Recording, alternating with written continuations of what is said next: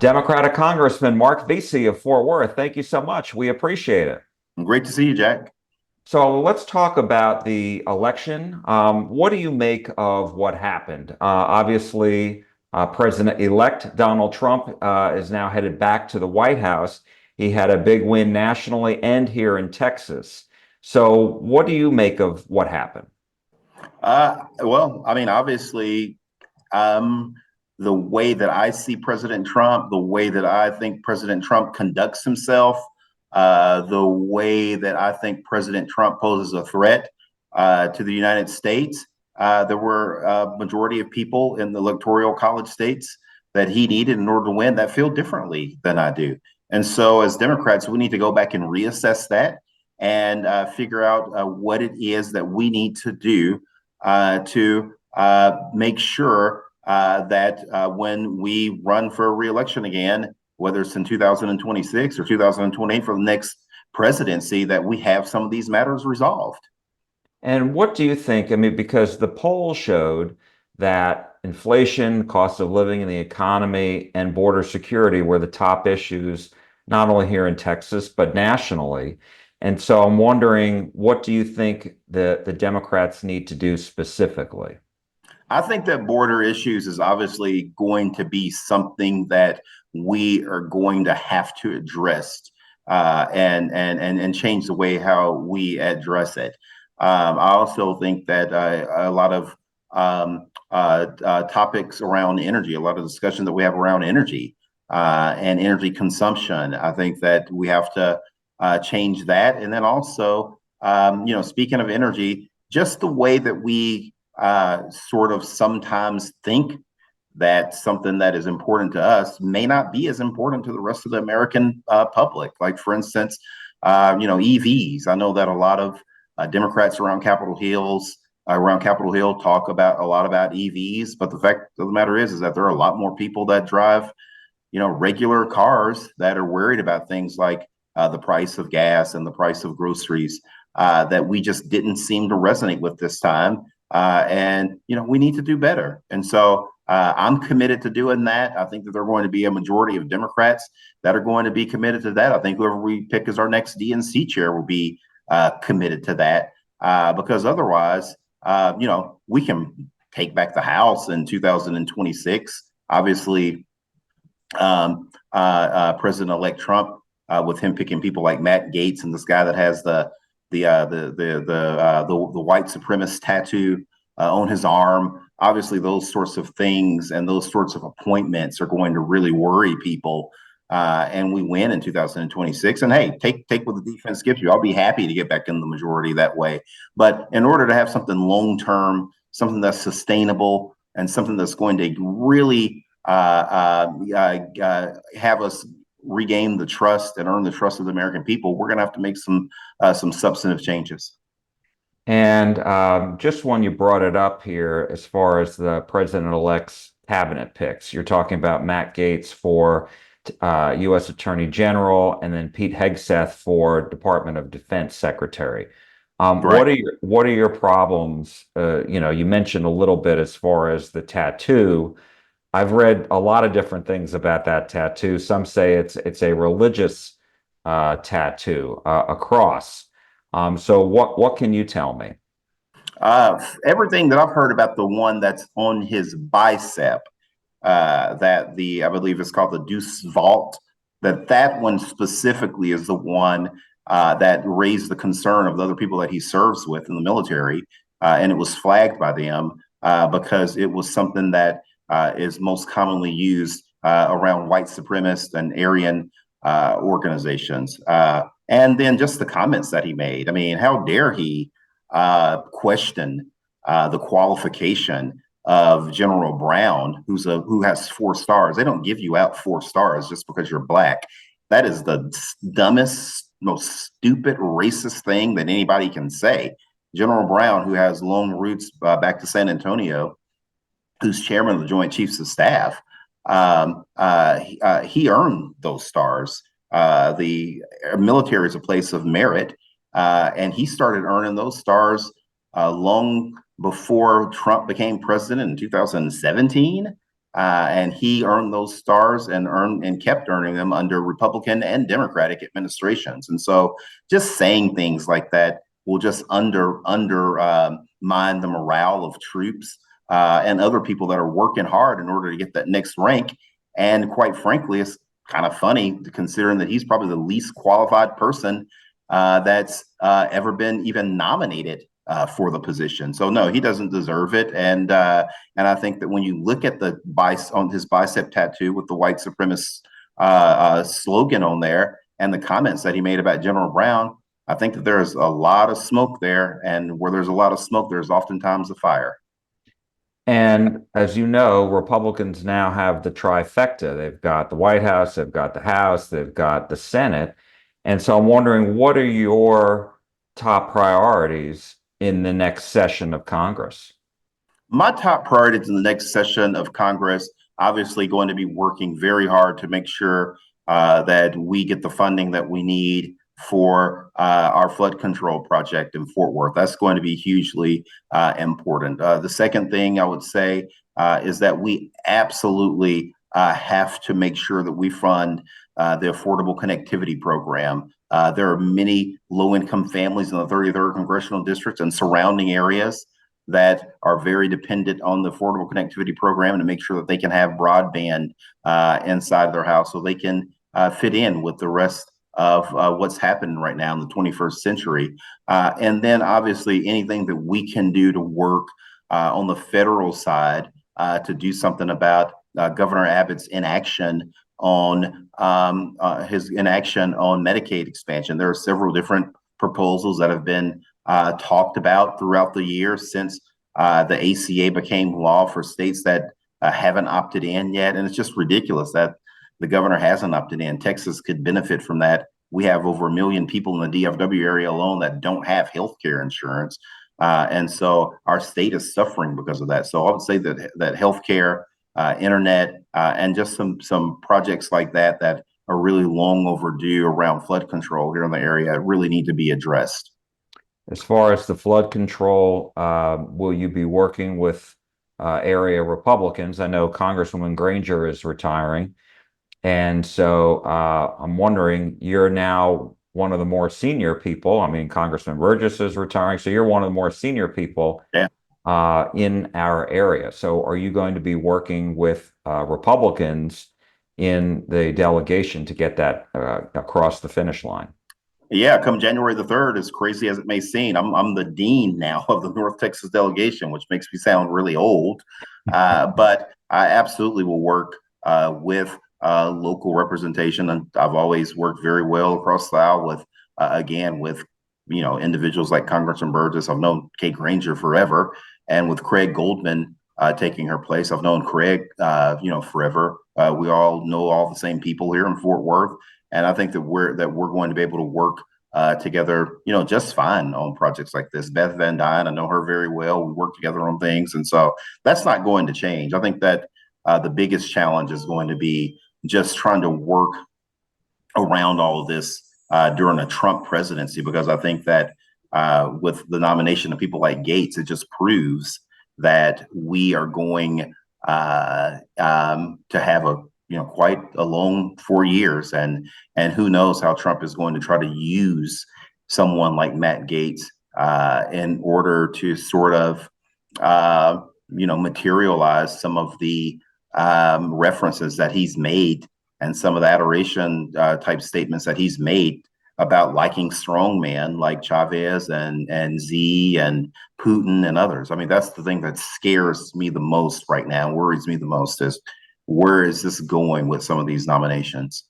We spoke a little bit before about border security, and President Trump has made clear that he will use the U.S. military to carry out what he described as the largest mass deportation effort. And so I'm wondering, what are your thoughts on this?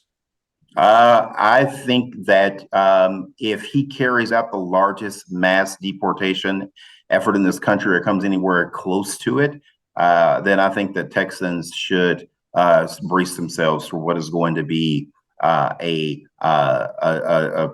very hard economic impact on the state. It's going to tremendously set back the oil and gas industry in this state, construction, agriculture, all of those things would take a hit if ICE is going to start going out into the Permian Basin and start going out into agriculture centers in this state and what have you, going out to home builder sites and start conducting these raids. Everyone knows how it's done. It's no secret how a lot of these companies use these third-party contractors in order to bring in a lot of these workers and get them social security numbers and get them the documentation that they need in order to work.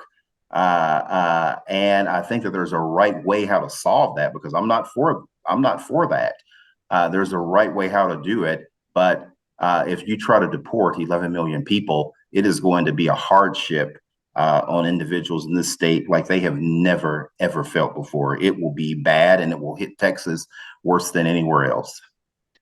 And another thing that Congress is going to have to deal with is make a decision about the Trump tax cuts from 2017, whether they should be allowed to expire or whether they should be made permanent. Republicans I've spoken to all say they want them made permanent, and any additional ones that the president-elect discussed during his campaign. Where are you on that? Yeah, I'm going to look to see exactly like what it is they're talking about when it comes to these tax cuts. Obviously, we want American companies to be in a place where they're competitive with other similar businesses around the world. At the same time, we need to make sure that we're doing something about these deficits. Obviously, if you extend these tax cuts and there are no pay fors, then it's going to balloon up the deficit. And so people oftentimes that I know that are in the business community, they don't like when Democrats run up the deficits, but they don't say anything when someone like Trump runs up the deficit. So people need to be more consistent on this. And so that's what I'm going to be talking a lot about too, is like, what does this do for our deficit? You can't just say that it's a problem when one side does it. If another side runs up a deficit too, it should be just as big of a issue and a problem. And if not, then we're not having an earnest conversation on deficits. We need for the conversation around the deficits to be honest, and there needs to be an honest back and forth between members of Congress, both Democrats and Republicans, with the American public on what we do about these deficits. So yeah, do our business need to remain competitive? Absolutely. But how is it going to be paid for? And that's the bottom line. Yeah, I mean, the national debt I was reading, I think, just surpassed the $36 trillion mark. Right. It just surpassed the $36 trillion mark. But, with this incoming administration, some of the same people that I know that come to me all the time here in the Fort Worth, Dallas area are like, deficit this, deficit that. And now they're not saying anything about it. Come on, that's not going to help us fix it. We all need to really work together to do something about that $36 trillion number. And just one other question, or two other questions, just going back to the Democrats. The Texas Democratic Party chair, as you know, Gilberto Hinojosa, is leaving the position. And I would like to know, what do you want to see in a new leader for the state party? What I would like to see for a leader in the new state party is someone that is really going to talk about some of these issues differently. We just can't, keep pretending like we live in New York City or San Francisco, because we don't. We're Texans, and we don't want it to be like New York or San Francisco here. We want it to be a different type of a place. We want it to be uniquely Texas. And because we're proud of our Texas roots. And so we need someone that is going to reflect that. We need someone that knows how to talk about energy and understand that hydrocarbon production in the state is 9% of our state's GDP. And if you talk about just eliminating it and bringing in these other things, then there's going to be a wide swath of the Texas electorate that's just not going to pay attention to you. Someone that understands how to talk about things like guns. I do a lot of hunting videos and hunting things on my social media. And when I do, I don't lecture people about things like climate change. I talk about the fact that I want to be able to hunt and fish and clean air and clean water. I'll talk about that. But I'll just try to, make it to where any guy that's watching it would really enjoy it and understand that this is important to me too. And so we need someone that's going to really reflect those sorts of values in Texas, and understand that everybody's just not the same. And so this national message that is oftentimes the center of our message here in Texas, it just has to change. It's just not going to work. People that think that they're going to double down and come up with all of these excuses that I see online and see on social media about, if you have the choice between Republican and light or Republican, you're going to choose, like, that's just ridiculous. We have to show a majority of voters in this state that it's not business as usual and things have changed. And so I hope that the new leader can really reflect that. And my last question to you, Congressman, is you brought it up before a little bit. The political calendar moves very quickly. Here we are at the end of the 2024 election, going into 2025, but soon enough, in a year's time, even before that, we're going to be talking about 2026. Yep. And all the statewide electeds in Texas are up. The governor's up, lieutenant governor, et cetera, the attorney general, and then Senator Cornyn is also up. Yeah. Have you given it any thought about running for higher office? And if not, have you heard of others who are potentially looking at running against Senator Cornyn, running against Governor Abbott? I have not heard of anyone yet, but I'm certain that as we get closer and closer to 2026, that we'll start to hear more names and more people will start to put together teams in order to be able to compete statewide. Which, if Trump keeps doing stupid stuff like nominating Matt Gaetz Attorney General, and if that's going, and if that gives us a glimpse of what these first 2 years are going to be like, then I think that it could be a good year for Texans. But again, we have to find people that are going to reflect Texas values. What I would like to see is, not all of this whining about, what someone did in the past or what someone represented in the past, and that's the type of person that I don't want to represent me. Like, that type of whining. We need party switchers. Sure, you're not going to agree with everything that they did in the past, but we need to do a better job of getting people that don't want anything to do with this wreck that is the presidency of Donald Trump, that is going after the Constitution, in my opinion, and Republicans that are sick and tired and they've had enough. We should give those people an opportunity to run statewide and to run in competitive seats here in the state of Texas. I think about in Dallas right now, Eric Johnson. Eric Johnson was the liberal of the liberal. But when he decided that he was going to switch and became a Republican, there was no one saying, I don't want Eric Johnson, and trying to sound all hotty toddy on and all high and mighty on Facebook or on social media. They just embraced Eric and they just let Eric in.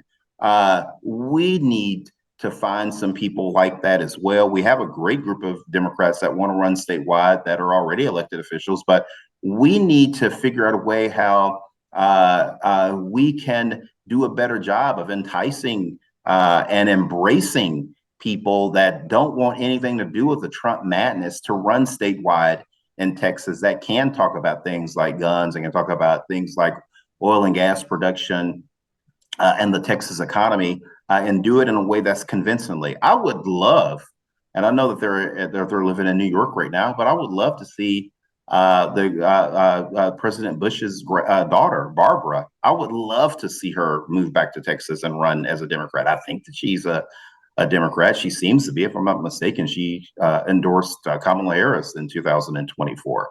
Her dad is no longer president. Her cousin is no longer a viable Republican statewide candidate. Why not have someone like that, or some other people out there that just have had enough of the Trump BS, and let them run as a Democrat and stop again getting on social media talking about you don't want this person because of something that they said in the past. Who gives a crap? We need to win statewide. We have redistricting coming up in 2000 and during the 2031 session. We need to have an attorney general that's not going to try to do all the crazy bidding for Trump. We have a lot of positions that are up that are important that Democrats win them, and we need to get people in there that can win, period, end of story. All right, Democratic Congressman Marc Veasey of Fort Worth. Thank you so much. We appreciate it. Absolutely. Thanks, Jack.